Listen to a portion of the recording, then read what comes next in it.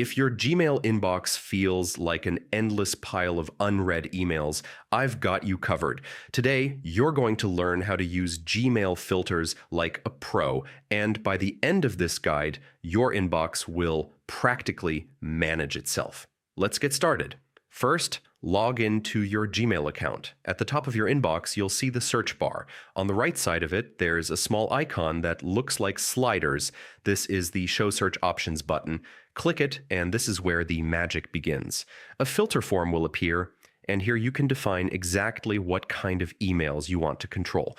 Let's break down the key fields from filter emails by the sender, perfect for isolating messages from your bank, online store, or even a noisy newsletter. 2. Great if you manage multiple accounts or aliases. This helps you keep emails for different purposes neatly separated. Subject: use this to target keywords like invoice, meeting, or urgent, so important messages never slip past you. Has the words ideal for filtering emails containing specific phrases like reset your password or special offer. Size: this is a game changer if you're running out of storage. You can filter emails larger than a certain size to quickly identify space hogs. Here's a pro tip.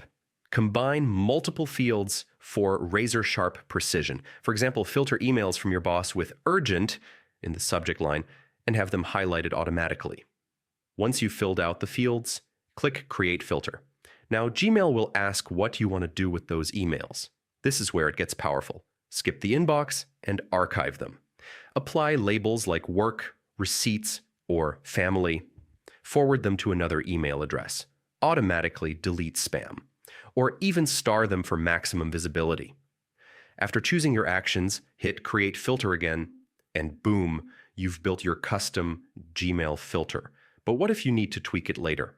Just click the Settings gear in Gmail, go to See All Settings, and under Filters and Blocked Addresses, you'll find every filter you've created. From here, you can edit, delete, or build new ones as your needs evolve. And that's it. You've just unlocked one of Gmail's most powerful features.